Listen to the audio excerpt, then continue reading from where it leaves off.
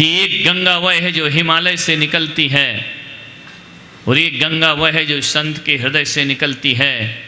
और मैं आज इस चित्रकूट धाम में यदि मैं आया हूँ तो ये गंगा मेरी नहीं, ये भगवान महावीर की गंगा है जो मेरे मुख से प्रवाहित होगी। इसका स्रोत तो भगवान महावीर हुआ करते हैं। यह वह गंगा है जो मेरे मुख से प्रवाहित होगी और आपके हृदय तक पहुँचने का प्रयास करेगी। लेकिन एक बात याद रखना, जो हिमालय से गंगा निकलती है उसे पीने में मज़ा आता है और संत मुख से जो गंगा निकलती है उसे जीने में मज़ा आता है। वह गंगा पी जाती है और ये गंगा जी जाती है। उस गंगा का अमृत पान किया जाता है और इस गंगा को जीवन में जिया जाता है। इसे जितना जियोगे उतना आनंद आएगा, उतनी यह पाप नाशनी होकर चली जाएगी। एक बात याद रखना, मेरा अपना कुछ भी नहीं है, जो कुछ भी है भगवान महावीर का है। सिद्धांत महावीर के हैं लेकिन भाषा मेरी अपनी है, ध्यान रखिए। दृष्टांत महावीर के हैं, उदाहरण मेरे अपने हुआ करते हैं। मान्यवर, आवाज मेरी है लेकिन अल्फाज भगवान महावीर के हुआ करते हैं। मान्यवर, आपके यहाँ पर शुरुआत करने जा रहा हूँ। पहले भी यहाँ 2 बार ज्ञान गंगा इसी चित्रकूट धाम में हो चुकी है। तीसरी गंगा फिर यहाँ पर बह रही है। पहले गंगा बहती है, यमुना बहती है, अब सरस्वती बह रही है। ये संगम जैसा तीर्थ बनने को तैयार है। मान्यवर, निवेदन है, इसे जीने का प्रयास करो, कोशिश करो इस ज्ञान की गंगा को जीने के लिए।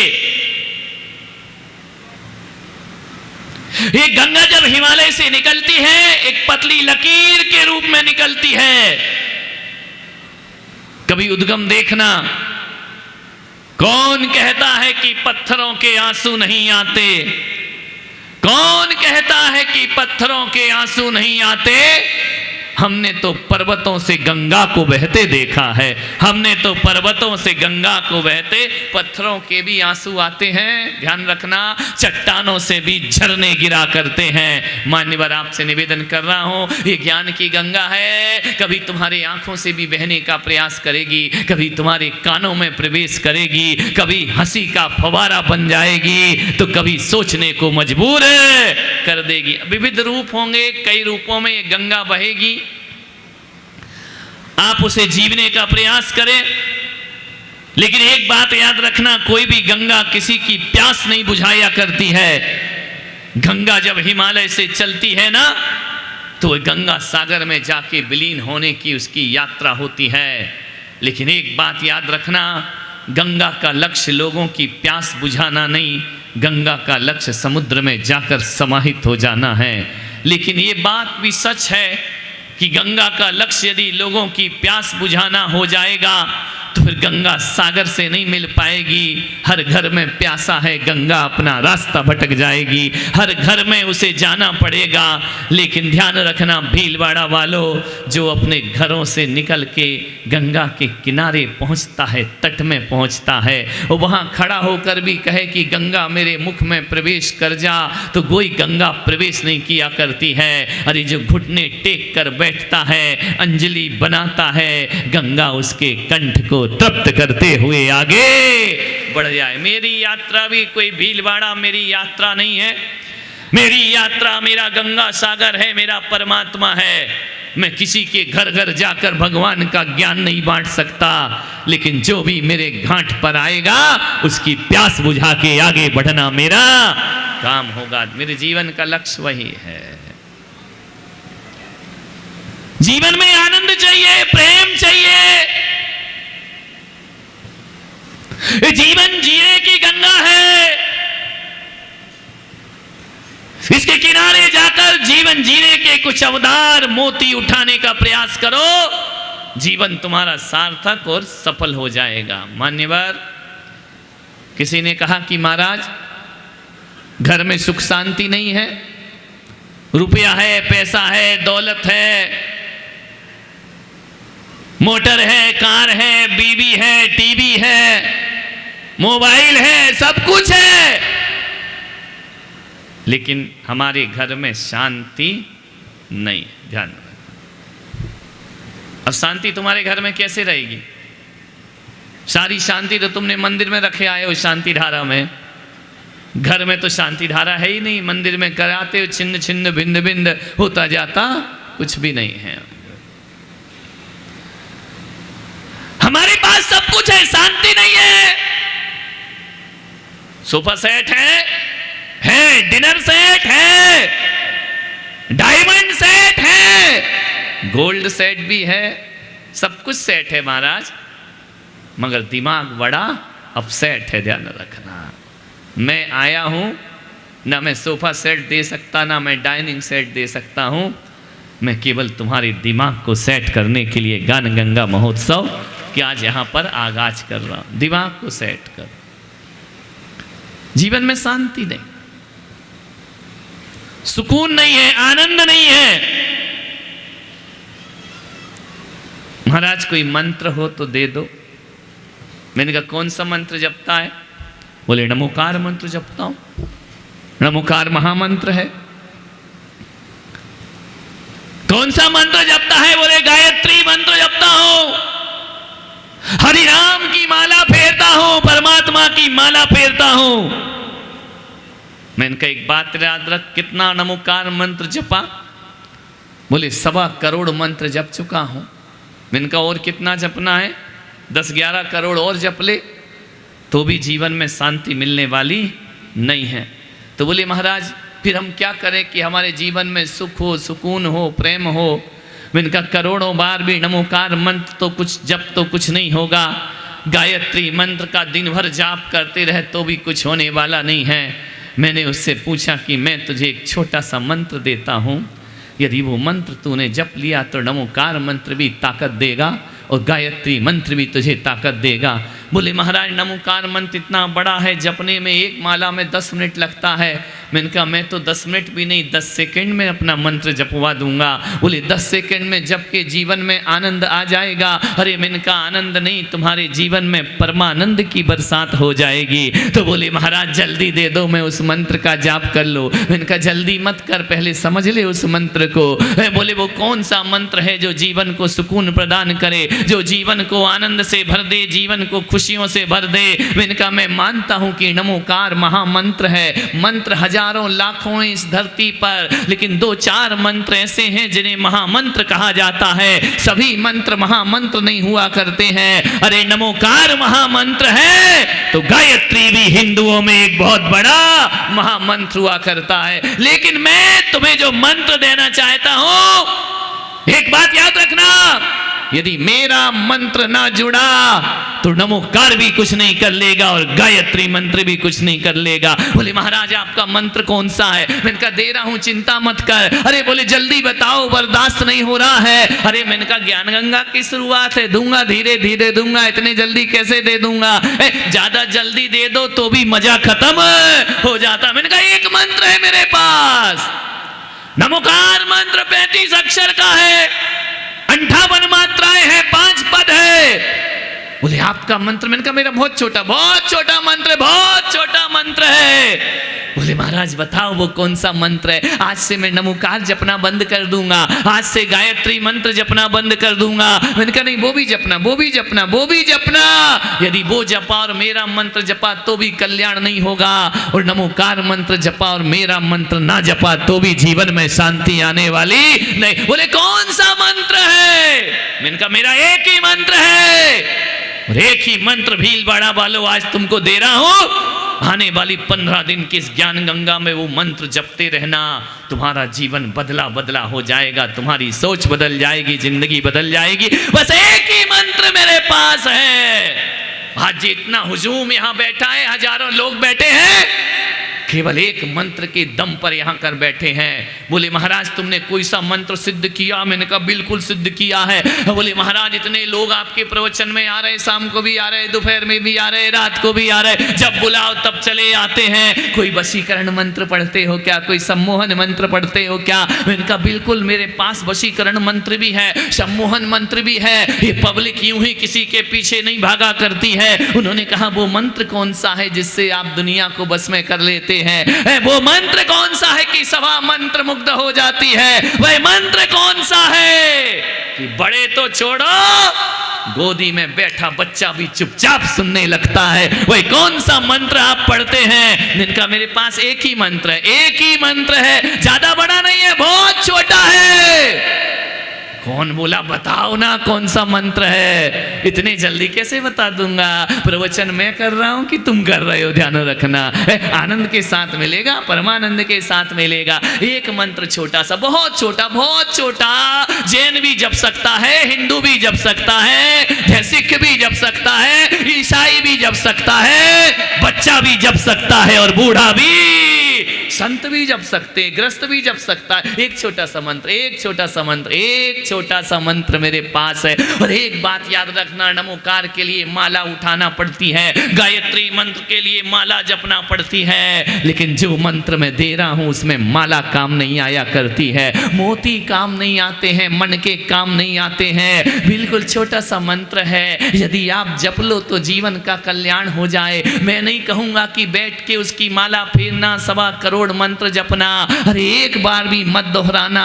जो मंत्र दे रहा हूं उसे जपने की जरूरत नहीं, उसे जीने की जरूरत हुआ करती है। उसे जीने का प्रयास कर। एक छोटा सा मंत्र है जो महामंत्रों में भी महामंत्र है, वह छोटा सा कोई मंत्र है। तो एक ही सूत्र आपको दे रहा हूं, कौन कह रहा बर्दाश्त नहीं हो रहा है? ऐसे कान खड़े हैं लोगों के कि महाराज वो मंत्र बताऊंगा, ध्यान आओ बैठो, अतिथि, मुख्य अतिथि बैठो, है ना। बाद में आए आगे बैठे VIP, नहीं अच्छी बात, स्मार्ट हो तुम, हम तो तुमको यहां बिठाने को तैयार हैं। मान्यवर एक मंत्र है जीवन का, पढ़ ले, नहीं तो तुझे समाधि का मंत्र सुनाऊं मैं। ध्यान रखिए, विचार कर। एक मंत्र जीवन का है, वो भाई मंत्र यदि कोई है तो पीछे तक मेरी आवाज जाएगी। और वह मंत्र यदि कोई है तो प्रेम जीवन का महामंत्र हुआ करता है। ध्यान रखिए, जागर प्रेम न संचरे ताघर जान मसा। यदि प्रेम का 2.5 अक्षर तुमने जीवन में नहीं उतारा, ये प्रेम की माला मत फेरना, सांसों की माला में जपना प्रेम। ये मोती माणिक सोने की माला से कुछ नहीं होने वाला है। हमारे जीवन में प्रेम का महामंत्र होना चाहिए।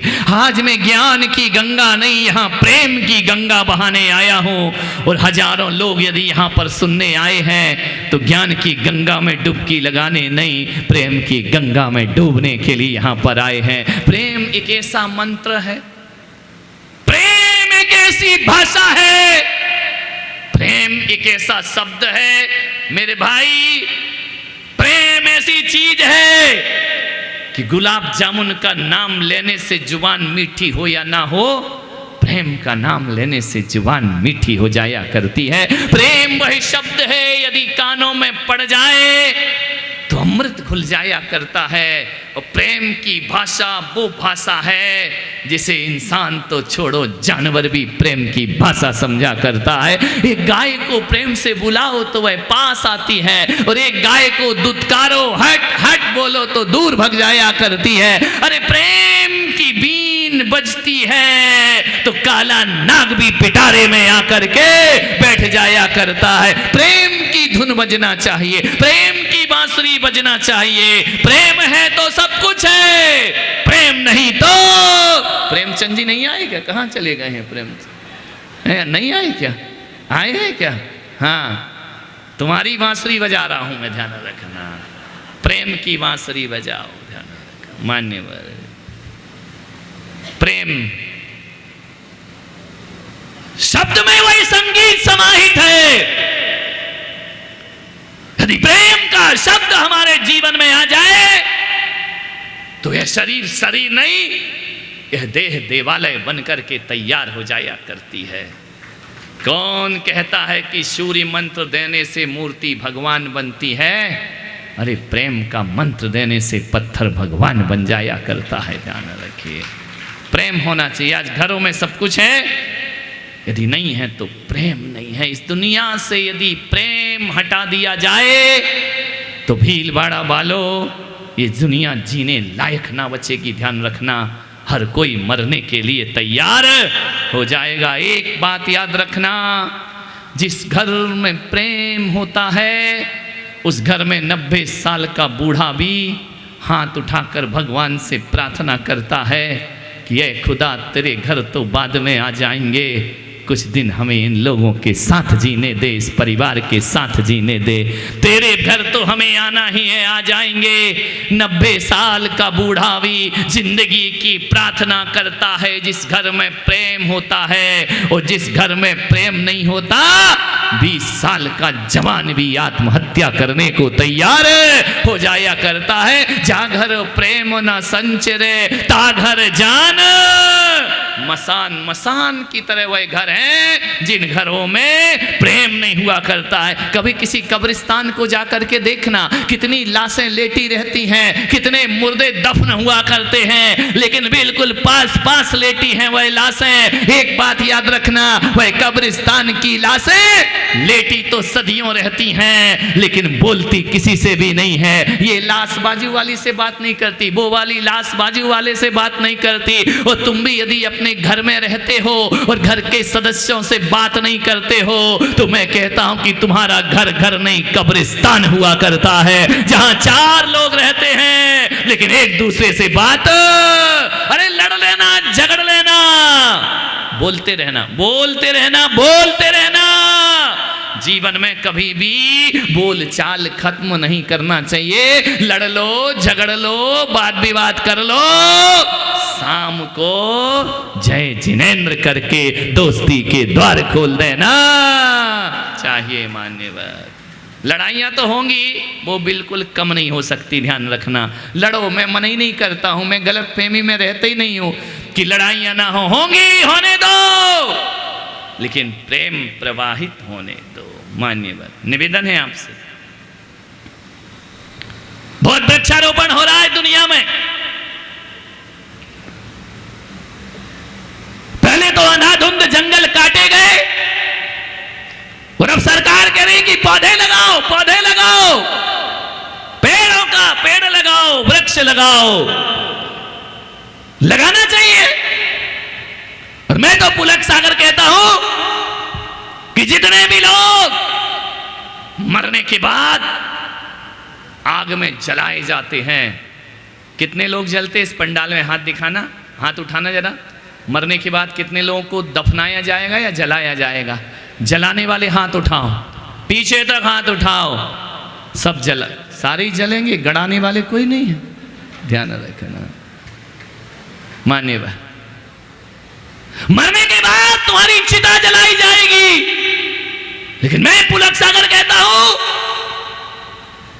कि आपको यदि जलना है चिता में और अपनी इस भारतीय संस्कृति को जीवित रखना है तो आपसे एक निवेदन है मेरा बड़ी विनम्रता के साथ कि चिता में जलने का अधिकार उसी को होता है जो जीते जी अपनी जिंदगी में 10 पेड़ लगाया करता है। ध्यान रखना है, यदि वृक्ष नहीं लगाओगे तो तुम्हें उसकी लकड़ियों में जलने का कोई हक प्राप्त नहीं हुआ करता है।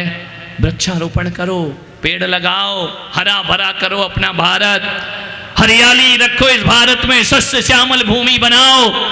लेकिन आज मेरा विषय वृक्षारोपण नहीं है, लेकिन एक चीज मैं जरूर कहता हूं कि पहले के जमाने में क्या होता था कि हर व्यक्ति के घर के आंगन में एक तुलसी का पौधा लगाया जाता था।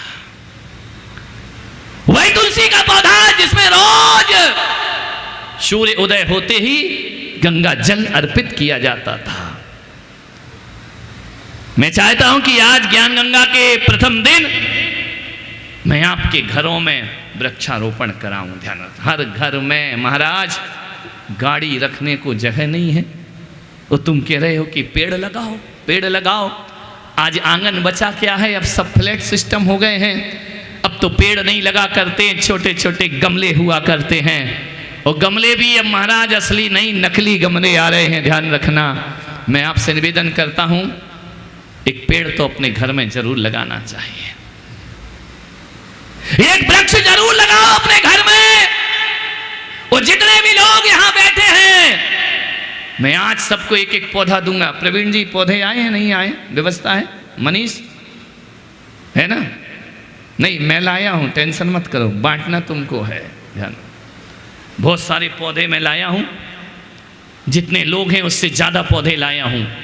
और आपसे निवेदन है, ये पौधा तुम भी अपने घर में लगाना।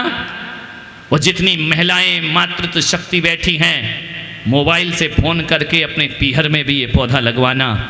और पीहर में नहीं, जितनी बहुएं बैठी हैं अपने घर के आंगन में भी एक पौधा लगा लेना।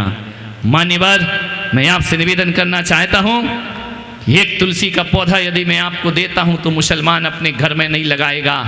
वो कहेगा हम हिंदू नहीं हैं, हम अपने यहाँ तुलसी का पौधा नहीं लगा सकते हैं। एक वैदिक परंपरा का पौधा लगा लेगा, लेकिन जैन कहेगा हम नहीं लगा सकते हैं, हमारा धर्मांतरण हो जाएगा।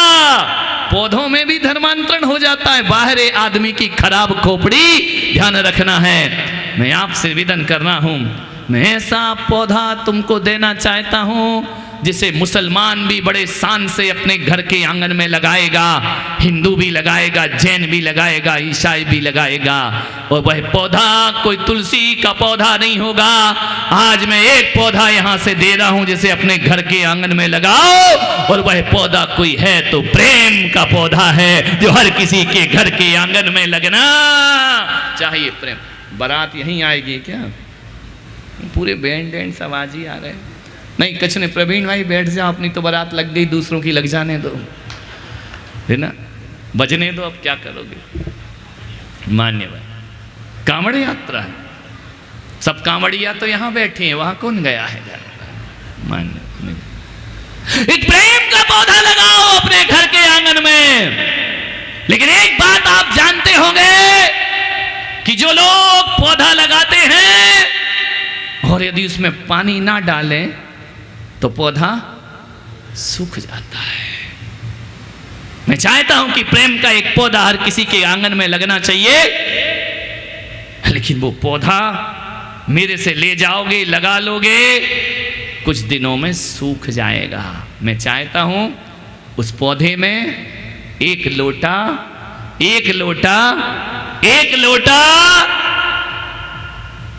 एक पानी डालना, रोज डालना, रोज सुबह शाम डालना, तुम्हारा वह पौधा हरा रहेगा। और वह पानी ना नल का होगा, ना कुएं का होगा, ना समुंदर का होगा। जो पानी तुम्हें डालना है वह समझदारी का पानी होगा, ध्यान रखना। एक लोटा समझदारी का। ताली बजाओ तो ढंग से बजाओ रे। 4 बजा रहे, 4 नहीं बजा रहे, ऐसा लग रहा 4 कोई समझ में आ रहा है, बाकी तो फालतू बैठे हैं यहाँ आकर के। मन, एक समझदारी का एक लोटा पानी जरूर डालो। प्रेम का पौधा समय हमेशा हरा भरा रहेगा, ध्यान रखिए। निवेदन है, कबीर ने बड़ा अच्छा शब्द कहा कि पोथी पढ़ पढ़ जग मरा, पंडित भया न कोई। और 2.5 आखर प्रेम का पढ़े सो पंडित। रहीम ने अपने दोहे में बड़ी प्यारी बात कही कि रही मन धागा प्रेम का, मत दी जो चटकाए। और जोड़े से फिर ना जुड़े, और जुड़े तो गांठ। रहीम कहते हैं कि प्रेम का धागा कभी तोड़ना नहीं। और कबीर कहते हैं कि 2.5 आखर प्रेम का पढ़े सो पंडित। तुम्हारे चित्तौड़ में मीरा एक तारा लेकर गाती है, री में तो प्रेम दीवानी मेरा दर्द न जाने। मीरा कहती है कि प्रेम ही भक्ति है। मान्यवर, आपसे मेरा निवेदन है कि कबीर का प्रेम, रहीम का प्रेम का धागा और मीरा का प्रेम का एक तारा। ध्यान रखना, सब महापुरुषों ने प्रेम को जीवन का आधार बनाया। जब मैंने अपने महावीर से पूछा कि भगवान, तुमने अपने शास्त्रों में, अपने ग्रंथों में प्रेम शब्द का उल्लेख क्यों नहीं किया? किसी भी आगम में, शास्त्रों में प्रेम शब्द का उल्लेख नहीं। महावीर ने प्रेम शब्द को नहीं चुना, कबीर ने प्रेम चुना। जीसस ने कहा लव इज गॉड, प्रेम ही। महावीर ने प्रेम शब्द को नहीं चुना, महावीर ने प्रेम को नहीं चुना, लेकिन प्रेमचंद को चुना है, ध्यान रखना। मान्यता विशेष निवेदन है। मैंने कहा कि भगवान आपने प्रेम शब्द को क्यों नहीं चुना? सारी दुनिया के महापुरुषों ने प्रेम शब्द का आदर किया है, आपने प्रेम क्यों नहीं चुना? महात्मा बुद्ध, उन्होंने भी प्रेम शब्द नहीं चुना। ध्यान रखना, बुद्ध के पिटक पढ़ लीजिए, बुद्ध के धम्मपद पढ़ लीजिए, प्रेम शब्द नहीं है। ये दो महान आत्माएं ऐसी हुई जिन्होंने प्रेम नहीं चुना। महात्मा बुद्ध ने कहा कि प्रार्थना ही परमात्मा है, जीसस ने कहा कि प्रेम ही परमात्मा है, और महावीर कहते हैं वात्सल्य ही परमात्मा है। ध्यान रखना, महावीर का शब्द अलग है, वो वात्सल्य शब्द को चुनते हैं। मैंने सोचा एक प्रार्थना की बात कर रहा है, एक प्रेम की बात कर रहा है, एक वात्सल्य की बात कर रहा। भीलवाड़ा वालों, मैं आपसे इतना निवेदन करूंगा कि जिंदगी के 3 पड़ाव हैं, बचपन, जवानी और बोलो बुढ़ापा। ध्यान रखना, मैं आपसे निवेदन करता हूं कि हमारी सुबह से शाम के जीवन में 3 लोगों से हमारी मुलाकात होती है। पहली मुलाकात तो बच्चों से होती है, दूसरी मुलाकात हम सफर से होती है, और तीसरी मुलाकात बुजुर्गों से हुआ करती है। इन 3 के अलावा चौथा हमारे जीवन में कोई नहीं होता है। मैं आपसे निवेदन करता हूं कि जब अपने से बड़ों के बीच जाओ तो प्रार्थना का संबंध रखना। वहाँ महात्मा बुद्ध खड़े दिखाई देंगे जो कहते हैं कि प्रार्थना ही जीवन है। अपने बड़ों से जब बात करो तो प्रार्थना की बात करना। हम सफ़र से जब बात करो तो जीसस खड़े दिखाई देंगे। हम सफ़र जो हमारे जीवन के सहयात्री हैं उनके बीच प्रेम का संबंध होना चाहिए, और अपने से बड़ों के बीच प्रार्थना का संबंध होना चाहिए, और अपने से छोटों के बीच वात्सल्य का संबंध होना चाहिए। ये 3 महापुरुष जहां आ गए, फिर किसी और के पास जाने की जरूरत। छोटों से वात्सल्य भाव रखो, बराबर वालों से प्रेम के संबंध रखो, और अपने से जो बड़े हैं उनसे प्रार्थना के। जिंदगी 3 के अलावा चौथे के पास कहां जाती है मेरे भाई? बड़ों से बोलो तो प्रार्थना के स्वरों में बोलो, पिताजी से बोलो तो प्रार्थना के स्वरों में बोलो, सासू से बोलो तो प्रार्थना के स्वरों में बोलो, तो पति पत्नी बोलो तो प्रेम की भाषा बोलो, और बच्चों से बोलो तो वात्सल्य भाव से बोलो। जीवन इसी का। मैंने कहा भगवान महावीर, आपने वात्सल्य क्यों कहा? आप इतना कह देते कि मां बेटे की तरह प्रेम करो। मैंने पूछा कि वात्सल्य किसे कहते हैं? भगवान महावीर ने कहा वात्सल्य वो होता है जो एक गाय अपने बछड़े से किया करती है। तो मैंने कहा भगवान, आदमी को समझाने के लिए गाय क्यों उठा लाए? आदमी को समझाने के लिए जानवर का उदाहरण क्यों दिया जा रहा है? आदमी को समझाने के लिए आदमी का उदाहरण दिया जा सकता था। भगवान महावीर ने कहा कि आदमी का उदाहरण कैसे दे दूं? मैंने कहा गाय बछड़े की जगह आप बोल सकते थे कि माँ और बेटे की तरह वात्सल्य होना चाहिए। भगवान महावीर ने कहा कि पुलक सागर, अभी तुम नहीं समझ पाओगे। मैंने कहा क्यों? बोले जो मनुष्य की माँ होती है वह निस्वार्थ प्रेम नहीं करती है। मैंने कहा भगवान कैसे बोल रहे हो? हर माँ निस्वार्थ प्रेम करती है। अरे बोले नहीं करती है। एक माँ जब आंचल का दूध पिलाती है, साल भर दूध पिलाती है, तो इतनी इच्छा तो रखती होगी कि बुढ़ापे में मेरा बेटा मेरा साथ देगा। ध्यान रखना, अरे जिसे मैं दूध पिला रही बुढ़ापे में 1 गिलास पानी पिलाएगा। मैंने कहा हाँ भगवान, इतना तो हर कोई रखता है। एक बाप भी उम्मीद रखता है कि पढ़ा लिखा के बड़ा कर रहा हूं, बुढ़ापे में मेरा सहारा बनना। बोले इसलिए मैंने कहा कि माँ बेटे का प्रेम नहीं हुआ करता है। तो मैंने कहा फिर प्रभु क्या होता है? उन्होंने कहा गाय बछड़े का प्रेम ही वात्सल्य हुआ करता है। मैंने कहा क्यों? बोले गाय जब अपने बछड़े को दूध पिलाती है तो पुलक सागर वो गाय बुढ़ापे में उम्मीद नहीं रखती कि मेरा बछड़ा मुझे घास खिलाएगा, मेरा बछड़ा मुझे पकड़ के मेरा सहारा देगा। निस्वार्थ प्रेम यदि इस धरती पर किसी का है तो गौ माता से बड़ा प्रेम इस दुनिया में किसी का। वो गाय दूध पिलाती है, वो बछड़ा बड़ा हो जाए तो उसके अपनी मम्मी नहीं छोड़ती, अपने पापा नहीं छोड़ते, पड़ा पड़ा मर रहा और हाय हाय कर रहा जा। जीवन को समझना है, गाय बछड़े की तरह प्रेम करना सीखो। ऐसा नहीं है कि तुम्हारे जीवन से प्रेम खत्म, प्रेम तो है। प्रेम बिना कौन जी सकता है? कोई नहीं जी सकता है, सबके अंदर प्रेम है, लेकिन प्रेम के तरीके तुम्हारे बहुत अलग अलग है मेरे। मैं एक जगह से निकल रहा था, मैंने क्या देखा, सुबह सुबह बिहार में, दिल्ली से मेरा बिहार हुआ, एक महिला जा रही है, कुत्ते के बच्चे को गोद में लेके घूम रही है। सुबह समय मॉर्निंग वॉक, कुत्ते का बच्चा उसे गले लगा रही है, उसका मुंह चाट रही है, मेरा बेटा मेरा बेटा मेरा। अरे मैंने कहा कमाल हो गया।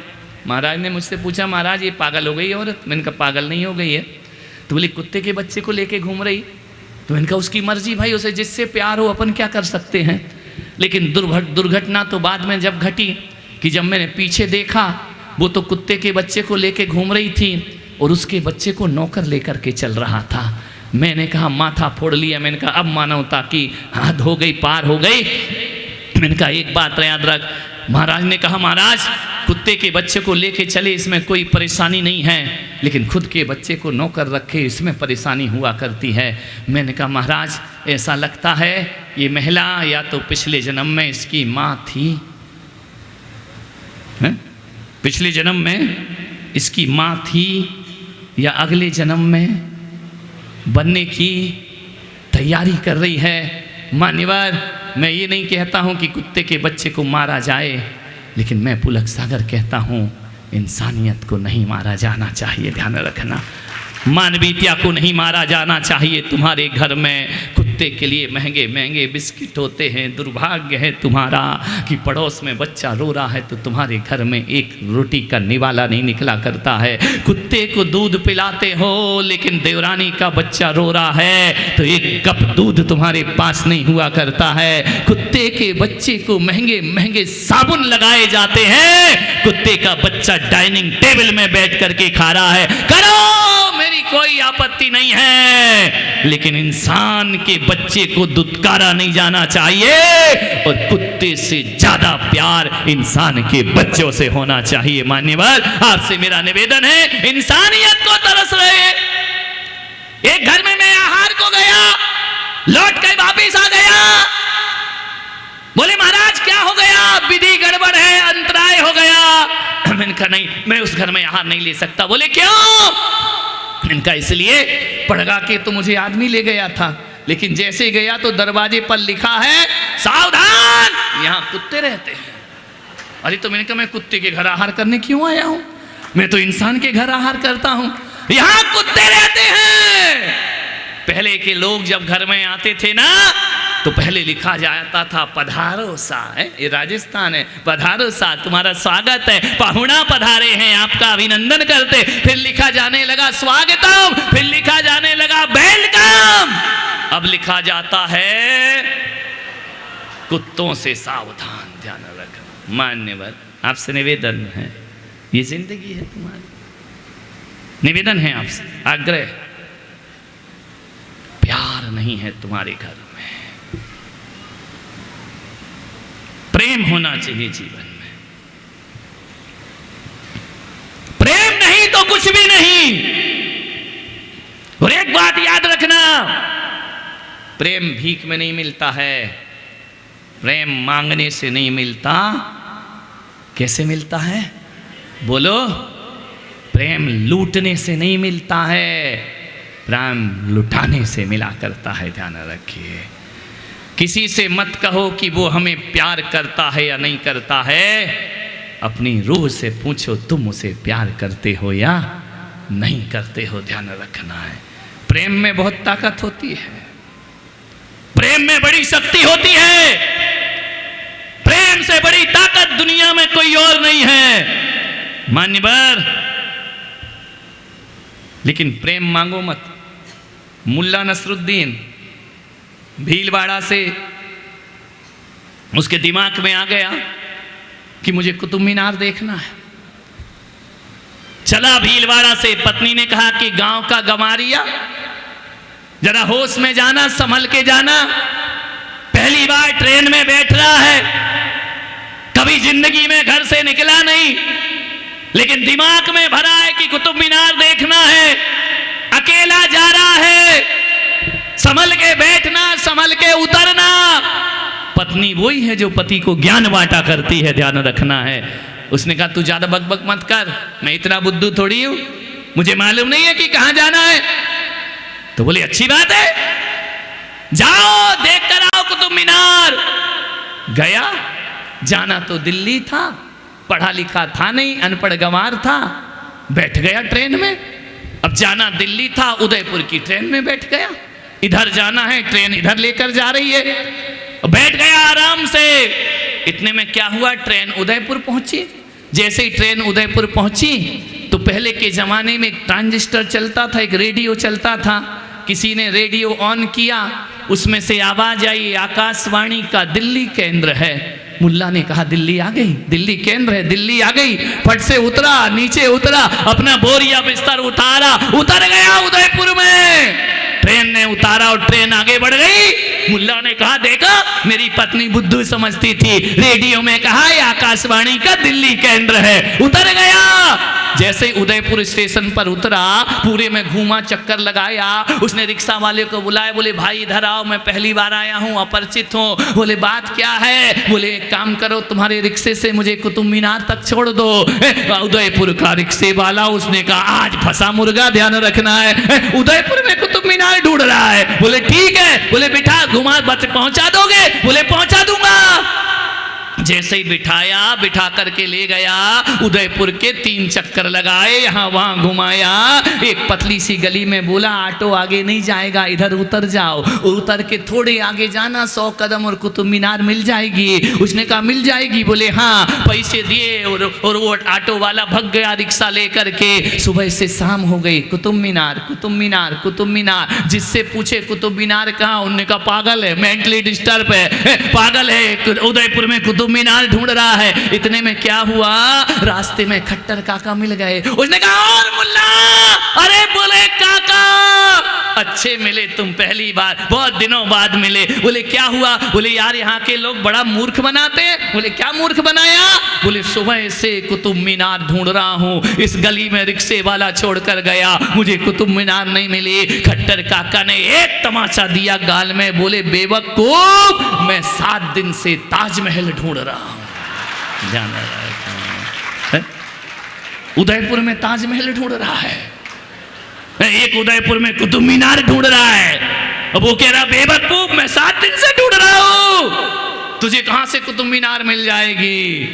मान्यवर, जो जहां है नहीं वहां मिलेगा कैसे? पत्नी चाहती है कि पति प्यार दे और पति चाहता है कि पत्नी प्यार दे। माँ चाहती है कि बेटा मुझे प्यार दे और बेटा चाहता है कि माँ मुझे। दोस्त चाहते हैं कि दोस्त हमें प्यार दे। अरे एक दूसरे से क्यों चाहते हो? ऐसा लगता है, ऐसा लगता है। दो दोस्त कहते हैं कि तू प्यार दे, वो कहता है तू प्यार दे। जब 2 लोग मांगते हैं तो ऐसा लगता है जैसे एक भिखारी दूसरे भिखारी से कटोरा फैलाकर भीख मांग रहा। मान्यवर ध्यान रखना, प्यार एक दूसरे से मत मांगो, प्यार भीतर जागृत करने का प्रयास करिए। मान्यवर, शिकायत है घर में कि बहू हमें प्यार नहीं करती है, सासू हमें प्यार नहीं करती है। क्यों कटोरा लेकर भीख मांग रहे मेरे भाई? एक दूसरे से प्यार मांगो मत। मैं भीलवाड़ा में आया, मैंने किसी से प्यार मांगा नहीं, भर भर के प्यार लुटाया, भर भर के पंडाल आया। ध्यान रखना, प्यार लुटाना सीख जाओ। जितना दोगे उतना वापस लौटेगा। एक राजा के पास एक आदमी पहुंचा और उसने कहा कि महाराज, आज मेरे सबसे अच्छे दोस्त ने मुझे दगा दिया है।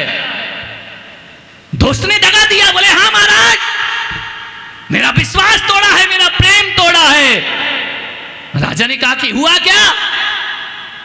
बोले मेरे किराने का व्यापार है, और उसके दूध का व्यापार है, दूध डेयरी है, दूध बेचता, दही बेचता है, घी बेचता है। लेकिन आज उसने मेरा प्यार तोड़ दिया, प्रेम तोड़ दिया, मेरा विश्वास तोड़ दिया। राजा ने कहा क्या हुआ? बोले मैंने 1 किलो घी मंगाया उसकी दुकान से, 1 किलो घी मंगाया, लेकिन घर में जब अपने तराजू पे तोला तो महाराज वो 900 ग्राम ही निकला। तो राजा ने कहा कि 100 ग्राम में तेरा प्यार खत्म हो गया? कि नहीं महाराज, उसने मुझे धोखा दिया, उसने मुझसे झूठ बोला। 1 किलो घी मंगाया और 900 ग्राम निकला। तो राजा ने कहा पेश करो। उस दोस्त को बुलाया जाए, राज दरबार में आया। बोले क्यों रे, तूने 1 किलो घी के पैसे लिए? बोले लिए। 900 ग्राम दिया? बोले दिया। तो बोले लूट मार है क्या? बोले होगी। भीलवाड़ा का दोस्त होगा, वो किसी से डरता है?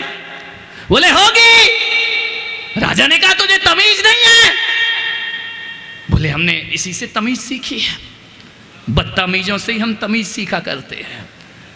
पूछा गया तूने ऐसा क्यों किया? ये तेरा दोस्त है ना? बोले है। लेकिन तूने बता इसे 100 ग्राम घी कम क्यों दिया, 900 ग्राम क्यों दिया? पैसे तो तूने 1 किलो घी के लिए। मालूम है उस भीलवाड़ा के आदमी ने कहा कि हुजूर गलती मेरी नहीं है। राजा ने कहा कि तूने धोखा कैसे दिया इसे? बोले हुजूर मैंने धोखा नहीं दिया है, बस गलती ये हो गई कि मेरे पास बांट नहीं है। तोला किससे जाता है? बांट से तोला जाता है। तो बोले तेरे पास बांट नहीं है तो तू कम माल देगा क्या? बोले नहीं, कल मैं इसकी दुकान से 1 किलो जीरा लाया था हुजूर। समझ गए क्या? वही जीरा रखा और एक तरफ घी रखा। अब बताओ बेईमान मैं हूं या बेईमान ये है? ध्यान रखना। इससे पूछो, कल इससे ही मैंने 1 किलो जीरा खरीदा था, और पलड़े पे जीरा रखा और इधर घी रख दिया। बोलो 100 ग्राम इसने कम दिया या मैंने कम दिया है? मान्यवर आपसे मैं निवेदन करना चाहता हूँ, आग्रह करना चाहता हूँ कि किसी को 900 ग्राम दे के 1 किलो माल मिलने वाला नहीं है। मान्यवर मैं आपसे कहता हूँ कि बेईमानी बाहर नहीं, बेईमानी भीतर हुआ करती है। आपसे मेरा इतना ही आग्रह और निवेदन है कि किसी को इतना सा प्यार दे के इतना चाहते हो, ऐसा कभी नहीं हो सकता है। ध्यान रखना। अरे गिलास भर प्यार दोगे तो गिलास भर मिलेगा, और बाल्टी भर प्यार दोगे तो बाल्टी भर मिलेगा, और दरिया भर प्यार दोगे तो दरिया भर प्यार मिले। आदमी शिकायत से भरा है। मान प्रेम होना चाहिए।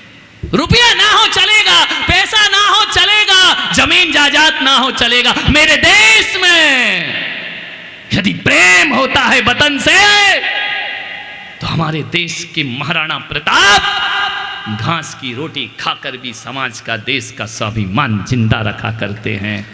भोजनों से कुछ नहीं होता मान्यवर। ये जो सभा हजारों लोग यहां पर बैठे हैं, ये कोई अपन ने भोजन के भरोसे नहीं बुलाए हैं, ध्यान रखना। और ना गाड़ियां भर भर के बुलाए हैं। गाड़ी भर के और भोजन के दम पे तो नेता की सभा होती है, और भूखे जो बैठे हैं वो संतों की सभा होती है। ध्यान रखना है। मान्य निवेदन है। बिना जीवन वारी के आए हैं सब। ध्यान है क्या खाना है? कर मत देना, नहीं तो कमाना भूल जाएंगे। ध्यान रखना, अपन तो लुटाना याद रखेंगे। मान्य निवेदन है आपसे,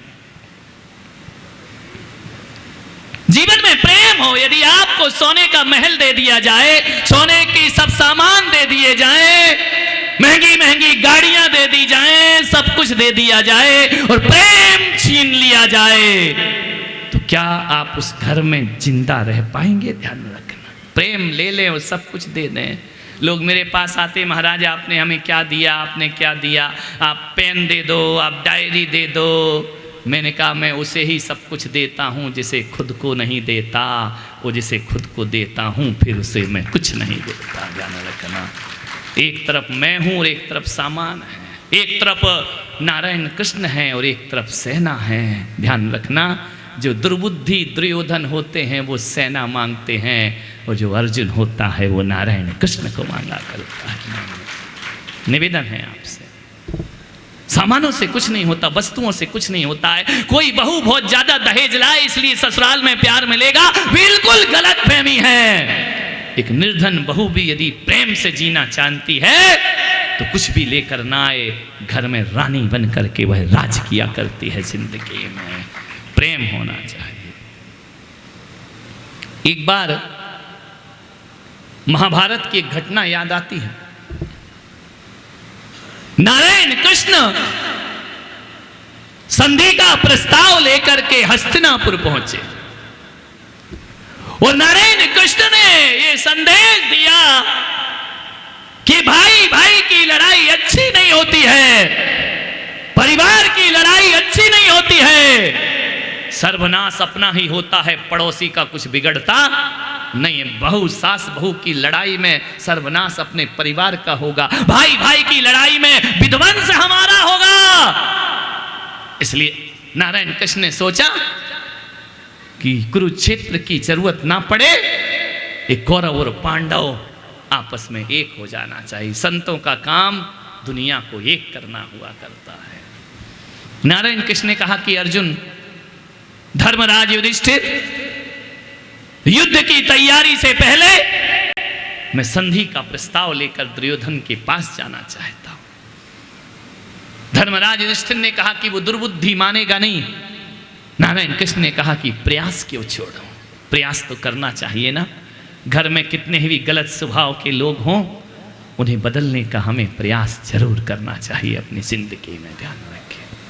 कृष्ण गए, जैसे ही हस्तिनापुर पहुंचे, पूरा हस्तिनापुर उनके स्वागत को तैयार है। पूरे हस्तिनापुर को गुलाब जल से सींचा गया, फूल बिछाए गए, स्वागत हुआ नारायण श्री कृष्ण का। पुष्प वृष्टि हो रही है, चंदन की खुशबू है, हर द्वार नारायण कृष्ण का स्वागत करने को तैयार है। झोपड़ी, महल, बंगले, कोठी, सब नारायण कृष्ण का दीदार करने को तैयार है। मोर मुकुट धारण किए, पीतांबर लिए मुरलीधर, आज हस्तिनापुर में पधारे सुदर्शन चक्र के धारी। पूरी हस्तिनापुर नगरी सड़कों पर उतर आई। केशव का स्वागत हुआ, माधव का स्वागत हुआ। नारायण कृष्ण का रथ आगे बढ़ रहा है। बड़ी आशा और विश्वास के साथ कृष्ण का रथ राजमहल की तरफ जा रहा है। एक झोपड़ी पड़ती है, उसमें एक बुढ़िया है, वह अपने हाथ में थोड़े से फूल ली है, नारायण कृष्ण के रथ की तरफ फूल फेंकती है, उनका स्वागत करती है। कृष्ण ने देखे और मुस्कुरा दिए। बुढ़िया को लगा, उस गरीब को लगा कि भगवान ने मुझे देखकर मुस्कुरा दिया, मेरा जीवन निहाल हो गया। लोगों से पूछा कि नारायण कहाँ जा रहे हैं? बोले राजमहल की तरफ जा रहे हैं। उसके मन में एक बात आई, क्या कभी नारायण हम गरीबों की झोपड़ी में भी पधारेंगे क्या? बात आई गई हो गई। कृष्ण पहुंचे दुर्योधन के पास। दुर्योधन ने वंदना की, आओ कृष्ण पधारो, स्वागत है तुम्हारा। नारायण कृष्ण ने कहा कि हे दुर्योधन, यह परिवार की लड़ाई अच्छी नहीं होती है। अरे छोटी सी जमीन के टुकड़े के लिए भाई भाई का खून बहे, एक दूसरे के खून के प्यासे हो जाएं, नहीं दुर्योधन, ये अच्छा नहीं है। एक काम करो दुर्योधन, पांडवों को 5 गांव दे दो, पूरा हस्तिनापुर का साम्राज्य तुम संभालो।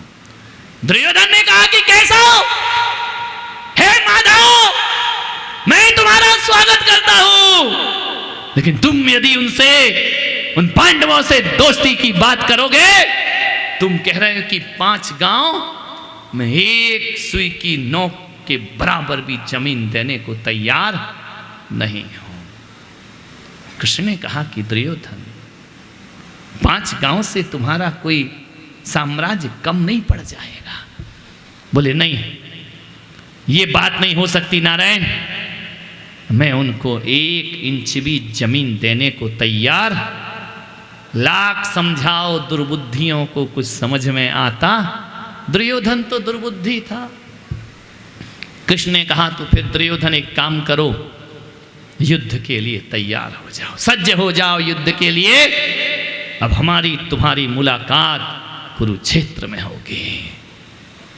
दुर्योधन ने कहा कि आप धमकाने आए हैं, आप हमें डराने आए हैं। कृष्ण ने कहा डराने नहीं आया हूं, तुम्हें तुम्हारे भविष्य का संदेश देने आया हूं। अभी नहीं वक्त है। बोले कुछ भी हो जाए अब तो फैसला कुरुक्षेत्र में ही होगा। नारायण कृष्ण ने कहा तो फिर दुर्योधन मैं चलूं? बोले माधव ये राजनीति की बातें थी, आओ भोजन करो। आप आए हैं देवदूत बनकर, महलों में भोजन तैयार है। कृष्ण ने कहा दुर्योधन आज नहीं, फिर कभी। दुर्योधन ने कहा कि मैंने आपका कहना नहीं माना, तो आज आप महल में भोजन नहीं करेंगे? माखन भोग बना है, मोहन भोग बना है, 56 भोग बने हैं, आपके आने का संदेश मिला है। दुर्योधन नहीं, दुर्योधन राजनीति अपनी जगह है और मानवता अपनी। कैसे लोग थे पहले के मान्यवर कि राजनीति को राजनीति समझते थे और इंसानियत को इंसानियत समझा करते थे। फिर कभी। आज मेरा निमंत्रण कहीं और है। किसके यहाँ है? 56 भोग बने हैं माधव। बोले नहीं नहीं आज कहीं और जाना है। लौट करके आए उसी झोपड़ी में। मन में भाव जगाई थी कि मेरे घर गिरधर गोपाल आएंगे या नहीं, माधव आएंगे या नहीं। दरवाजा बंद है, दरवाजा खटखटाया, दरवाजा खोलो। भीतर से आवाज आई, मैं घर में अकेली हूं। आवाज किसी पुरुष की है, मैं दरवाजा नहीं खोल सकती हूं। देखो तो किस्मत, जिसका इंतजार कर रही है उसके लिए दरवाजे बंद कर रखे हैं। उसने कहा कि काकी दरवाजा खोलो। उसने कहा मैं दरवाजा नहीं खोल सकती हूं। पहले की मर्यादा थी कि नारी अकेले घर में है तो पर पुरुष से बात नहीं किया करती थी। वो मर्यादाएं पहले की थी। आज का तो खैर छोड़ो, आज का बखान करूं तो 1 महीने ज्ञान गंगा करना पड़ेगी मुझे। द्वार नहीं खुलेगा। बोले काकी बहुत भूखा हूं। भूखा है? भूख शब्द सुनी तो जिस देश के हम रहते हैं ना, वहां भूख शब्द सुनते ही मर्यादाओं को तोड़ दिया जाता है। ठहरो, तुम भूखे हो, मैं दरवाजा खोलती हूं। मान्यवर, पहले का वो जमाना था कि जब हमारे बुजुर्ग लोग भोजन करते थे तो आंगन में आवाज लगाते थे कि मेरी आवाज जहां जहां तक पहुंच रही है वहां कोई भूखा है तो आओ मेरे घर में भोजन करो। पहले के लोग कहते थे कोई आवे तो हम खावे, और आज के लोग कहते हैं, हाँ आगे का प्रवचन तुमको याद है, ये जावे तो फिर हम खावे। जमाना बदल गए। फट से दरवाजा खुला। भूखा है, कोई प्यासा है और मैं मर्यादा में बंधी बैठी रहूं? ये मेरे देश की संस्कृति नहीं हो सकती है। दरवाजा खोला। अब आंख रह गई देखकर। कभी सोचा नहीं जिंदगी में, कभी विचार नहीं किया कि नारायण मेरे घर पाहुना बन करके आके खड़े हो जाएंगे। देखती है, शब्द मौन है, अविरल अश्रु की धारा। कुछ समझ नहीं पा रही, सुध बुध खो गई, बावली हो गई। नारायण कृष्ण ने कहा कि बहुत भूख लगी है, कुछ सुनाई नहीं दे रहा है, आंखों को विश्वास नहीं हो रहा है। वो सोचती है ये सपना है या हकीकत है। जिसके घर नारायण मेहमान बनकर चले जाएं, भीलवाड़ा वालों उसकी किस्मत का क्या कहना, उसके भाग्य का। ये कितने भी धर्म ग्रंथ पढ़ लो, गाथाएं पढ़ लो, जब मुनि तुम्हारे सामने खड़े होते हैं ना तो चौकों में शुद्धि बोलना भूल जाते हैं लोग। महाराज का पड़गाहन करना, भाव विभलती में शब्द शब्द मौन हो गए। जब प्रेम प्रगाढ़ होता है वाणी मौन हो जाती है, आंखें खुल नहीं रही, देख रही है कौन खड़ा है मेरे दरवाजे पर। नारायण कृष्ण ने कहा कि काकी भीतर आने का नहीं बोलोगी, आओ पधारो। शब्द तो गए, रुंध गए, प्रेम प्रगाढ़, शब्द खत्म, इशारा किया पधारो। खाट बिछाई, बैठो नारायण बैठो। काकी बहुत भूख लगी है, मेरे पास वक्त नहीं है, जल्दी जाना है, मुझे भोजन ला के दे। दौड़ कर गई रसोई में। आज रसोई में कुछ भी नहीं था, भोजन पक रहा है, कृष्ण के पास वक्त नहीं है। फिर रसोई में जाती, फिर आती, फिर जाती, फिर आती, भाव विवल है, बावली हो गई, सुध बुध नहीं है उसे। कृष्ण खड़े हैं आकर द्वार पर। काकी जल्दी कर। कैसे कहे कि मेरी रसोई में आज भोजन नहीं है। काकी बहुत दिन से भूखा हूं, तड़प रहा हूं, जो भी तेरे पास हो मुझे खिलाती क्यों नहीं है? क्यों अंदर बाहर जा रही, क्यों तू बोलती नहीं है? क्या मालूम कि हे परमात्मा तू मौन निमंत्रण भी स्वीकार किया करता है। बुलाने की बात तो छोड़ो, पीछे गई दौड़ी दौड़ी आंगन में केले की पूरी बौर डाल लेकर आ गई।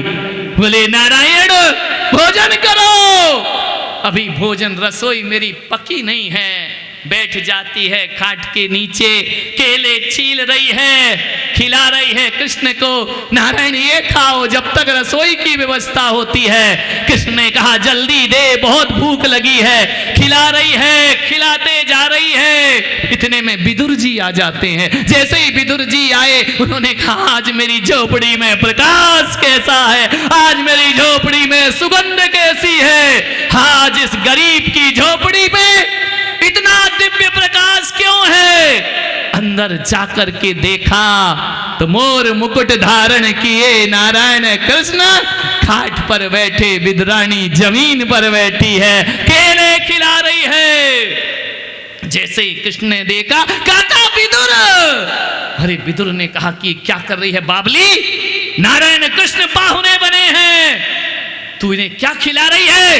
बोले तुम चुप रहो जी, बहुत भूख लगी है कान्हा को, कन्हैया को, मैं उसे केले खिला रही हूं। बोले पागल, छिलके खिलाती है और केले बाहर फेंकते जाती। प्रेम में डूबी है, बावली है, भाव विवल है, छिलके खिला रही है और केले फेंकते जा रही है। बाहर एक पाहुना, बाहर एक मेहमान प्रेम से छिलके खाते जा रहे, खाते जा रहे, खाते जा रहे। काकी क्या केले हैं, क्या आनंद बरस रहा है। ऐसा लग रहा है, ऐसा लग रहा है जैसे मैया यशोदा माखन रोटी खिला रही हो मुझे। खाते जा रहे हैं। विदुर जी ने कहा कि नारायण मुझे क्षमा करो, इस बावली को क्षमा करो, ये कुछ नहीं जानती है। कृष्ण ने कहा विदुर जी तुम बिल्कुल डिस्टर्ब मत करो, जो चल रहा है चलने दो। अरे बोले नारायण ये बावली है, तुम्हारे प्यार में डूबी है। एक केला छीला विदुर ने और जैसे ही कृष्ण को दिया, कृष्ण ने जैसे ही केला खाया गले में फंसा, कृष्ण ने थूक दिया केला। विदुर ने कहा कि हे मधुसूदन क्या हुआ, केले में क्या खराबी है? बोले केले में कुछ खराबी नहीं, विदुर जी तुम्हारा ज्ञान का केला है और वहां भक्ति के छिलके हैं। हे विदुर, हे काका विदुर, जो स्वाद केले के छिलकों में आ रहा था वो स्वाद तुम्हारे ज्ञान के केलों में नहीं आता है। मुझे खाने दो जो विदुरानी खिला रही है। ध्यान रखना, जागर प्रेम न संचरे तागर जान मसान। कौन कहता है कि मिर्च मसालों में स्वाद होता है? नहीं मेरे भाई, भीतर के प्रेम में स्वाद हुआ करता है। ध्यान रखना, किसी संत की रसोई में भोजन करके देखना, उसमें आलू प्याज मिर्च मसाले नहीं होते हैं। साधुओं का उला भोजन भी अमृत जैसा स्वाद दिया करता है। ध्यान रखना, क्योंकि उनमें मिर्च मसाले नहीं, हमारी माताओं बहनों के हृदय का प्यार भरा होता है। ध्यान रखना, प्रेम के वशीभूत होकर नारायण कृष्ण केले के छिलके खाते हैं, तो प्रेम के वशीभूत होकर कभी राम भीलनी के जूठे बेर खाया करते हैं, और इसी प्रेम के वशीभूत होकर मेरे महावीर चंदना के उड़द के छिलके ग्रहण कर लिया करते हैं। ध्यान रखना, जागर प्रेम न संचरे। मैं यहाँ की सभी श्राविकाओं से निवेदन करूंगा, घर में प्रेम की गंगा बहाना तुम्हारा काम हुआ करता है। घर को बनाना इनका काम है और घर को बसाना तुम्हारा काम हुआ करता है। ये ईंट पत्थरों को जोड़कर मकान बना देते हैं, तुम्हें रिश्तों को जोड़कर घर बनाने का प्रयास करना है। ध्यान रखना है, तुम्हें रिश्ते जोड़ना है, तुम्हें दिल जोड़ना है। आपसे निवेदन कर रहा हूं मैं, मान्यवर, आपके घरों में, रसोई घर में बहुत सारे डिब्बे होंगे जिसमें लिखा होगा मिर्च, गरम मसाला, नमक, जीरा, राई, धनिया। एक डिब्बा आज चित्रकूट धाम से लेकर जाओ जिसमें कुछ ना लिखा हो, जिसके अंदर कुछ ना हो। एक खाली डिब्बा रख लेना और बस उसमें एक स्लिप लगा देना जिसमें प्रेम लिखा हो। ध्यान रखिए। आपसे निवेदन है, जब भोजन बनाने बैठो मिर्च मसाले कम हो जाएं तो चलेगा, प्रेम का डिब्बा पूरा उड़ेल दिया करो। कहते हैं ना कि जो स्वाद माँ की हाथ की रोटी में आता है वो स्वाद पत्नी के भोजन में नहीं आता। पत्नियों, मुझसे नाराज मत होना, तुम भी किसी की माँ हो, ध्यान रखना। आपसे मेरा निवेदन है, वो स्वाद नहीं आता है। आपसे निवेदन है, क्यों माँ जो भोजन बनाती है वह मिर्च मसाले नहीं, भीतर का वात्सल्य उड़ेला करती है। और तुम्हारे भोजन में क्या होता है कि जेठ जी आते हैं तो देवरानी बाहर निकल जाती है, देवर आता है तो जिठानी निकल जाती, तेरा पति तू खिला। लेकिन माँ ऐसा नहीं करती है। अरे सबको खिलाने के बाद जो भोजन करती है वो माँ हुआ करती है। ध्यान रखना है। और एक बात याद रखना, उस भोजन खिलाने के बाद जो उसका भोजन बचता है ना, उसमें भी कोई मेहमान आ जाए तो अपने हिस्से का भोजन उसको दे दिया करती है। वो ख़त्म हो जाए भोजन तो अपने लिए ज़्यादा नहीं बनाती है, जो भी बचा खुचा होता है प्यार से उसे खा लिया करती है। वह माँ हुआ करती है। मेरे भाई, माँ निवेदन है आपसे, प्रेम होना चाहिए। क्यों घर अनबोले अनबोले से हैं? हर बगिया में तार कटीले, हर बगिया में तार कटीले, हर घर घिरा किवाड़ों से, हर खिड़की पे पर्दे घायल, आंगन हर दीवारों से।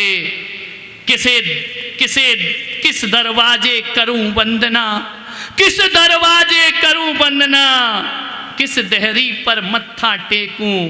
काशी में अंधियारा है, मथुरा पटी बाजारों से। काशी में अंधियारा है, मथुरा पटी बाजारों से। हर घुमाव पर छीन छपट है, इधर प्रेम तो उधर कपट है। मान्यवर, झूठ किए सच का घूंघट हैं, फिर भी बही ज्ञान की गंगा।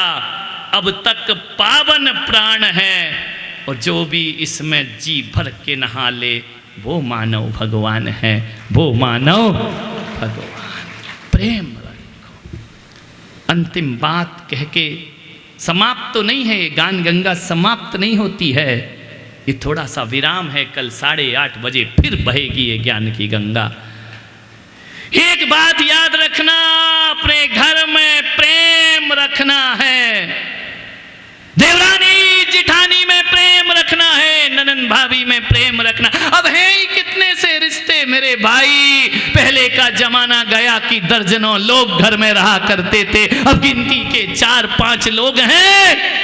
आपसे इतना ही निवेदन कर रहा हूं मैं पुलक सागर इस धर्म सभा में कि अपने फैमिली में प्रेम रखना है।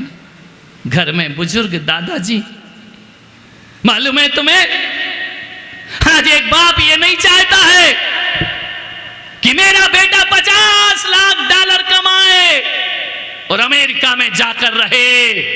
आज बाप ये चाहता है मेरा बेटा 50,000 कमाए लेकिन शाम का भोजन मेरे साथ बैठ करके खाए। ध्यान रखना है। बात समाप्त करता हूं। मान्यवर, एक ही निवेदन, एक ही आग्रह बड़ी विनम्रता से है। सप्ताह में एक बार मेरे कहने से एक बार घर में जितने भी सदस्य हो ना, एक साथ डाइनिंग टेबल में बैठकर भोजन किया करो। ध्यान, सप्ताह में एक बार, रोज ना सही। दादा भी बैठे, दादी भी बैठे, पत्नी भी बैठे, तुम भी बैठो, बच्चे भी बैठो। मैं कहता हूँ वो आनंद आएगा, वो आनंद आएगा, वो आनंद आएगा यदि एक डाइनिंग टेबल पर सब भोजन करोगे।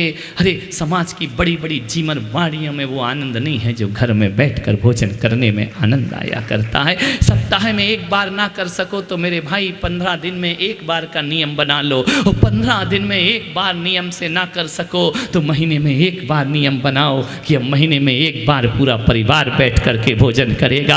अरे वो भोजन भोजन नहीं, वो अमृत हुआ करता है, वो भगवान का प्रसाद हुआ करता है। और जिस दिन पूरा परिवार बैठ करके भोजन करे, समझ लेना आज हमारे घर में पुलक सागर का आहार हो चुका है। चाहे मैं आऊं या ना, मेरे आशीर्वाद, मेरी दुआएं तुम्हें मिलती रहेंगी। ध्यान रखना, घर में प्रेम रखना है तो सामूहिक भोजन किया करो, और समाज में प्रेम रखना है तो सामूहिक भजन किया करो। समाज में प्रेम हो। रात को भैयाव्रती होती है, हजार ये युवा सैकड़ों नाचते हैं, झूमते हैं। ध्यान रखना, सामूहिक भजन हुआ करता है। बेमनस्यताएं दूर हो जाती हैं, और जो दिल दूर दूर थे वो पास पास आ जाया करते हैं। ध्यान रखना। मान्यवर, मैं इतना ही चाहता हूँ कि बहुत मंदिर बन गए इस देश में। लोग कह रहे हैं राम मंदिर बन गया, कृष्ण मंदिर की बारी है। ध्यान रखना, काशी इंतजार कर रही है। मान्यवर, मैं आपसे इतना निवेदन करता हूँ, मंदिर बने, बनना चाहिए, लेकिन मोदी जी अब भारत में मंदिर नहीं, अब भारत को मंदिर बनाने का प्रयास करिए। ध्यान रखना, मेरा देश मंदिर होना चाहिए, मेरे घर मंदिर होना चाहिए। आपका समय हुआ, 10 मिनट मैंने ज़्यादा ले लिए हैं। कल से ध्यान रखूँगा। आज संडे था तो चल गया, कल से वर्किंग डे होगा। आपको समय पे 10 बजे छोड़ दिया जाएगा, 9 बजे प्रवचन शुरू हो जाएगा। जय कुमार जी चाहेंगे तो 9 बजे स्टीयरिंग दे देंगे मुझे। भाई हमारा क्या, इनके अनुसार संचालक, हे सारथी रथ मोड़ दो, कहाँ मोड़ रहे हो? ध्यान रखना, मेरा सारथी तो अभी जय कुमार। ध्यान रखना, इस मंच के 9 बजे करेक्ट, उसके पहले सारी धार्मिक क्रियाएं होंगी। आप सबने सुना, अनुग्रहित हूँ। जय महावीर। जा वाणी के ज्ञान से सूझे लोकालो, सो वाणी मस्तक धरूं सदा देत हो धो। हे जिन वाणी भारती तो ही जपो दिन रैन, जो तेरा शरणा गहे सो पावे सुख चैन।